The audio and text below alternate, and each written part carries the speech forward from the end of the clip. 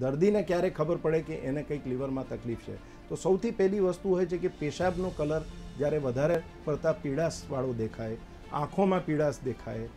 ભૂખ મરી જાય, શરીર ઉતરતું થઈ જાય કોઈ કારણ વગેરે, આપણે કોઈ પ્રયાસ નથી કરતા છતાં પણ આપણું વજન ઉતરે છે, આપણને ઉલટી ઉપકા થાય છે, બિલકુલ ખાવાની અરુચિ થઈ જાય છે, ખાવાનું જોઈને બી ઉપકા ચડે છે, એવી અવસ્થામાં આપણે એમ કહી શકીએ કે દર્દીને કમળો અથવા જોન્ડિસ અથવા પીલિયાની અસર છે. એવી પરિસ્થિતિમાં ડેફિનેટલી મોટે ભાગના દર્દીઓ ડૉક્ટર સુધી જતા જ હોય છે અને એ ટાઈપના પરિસ્થિતિ સાથે દર્દીઓ અમારી પાસે આવતા હોય. એક બીજી બહુ સિમ્પલ વસ્તુ જે ઘણા લોકો ધ્યાન નથી આપતા કે પગે કંઈક સોજા આપને આવે છે અને એ સોજા સતત વધે છે અને કોઈ કારણ વગેરે આપણે પગ લબડાઈને બેસીએ 2 કલાકે સોજા આવી જાય,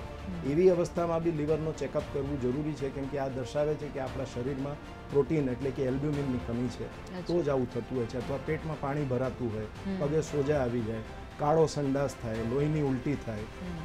પેશાબ ઓછું ઉતરતું થાય, પેશાબ બહુ ડાર્ક યલો આવવા મળે, ઉલટી ઉપકા થાય, આ બધા લક્ષણો છે જે પ્રત્યક્ષ રૂપે દર્શાવે કે લીવરની ખામી આપણા શરીરમાં છે.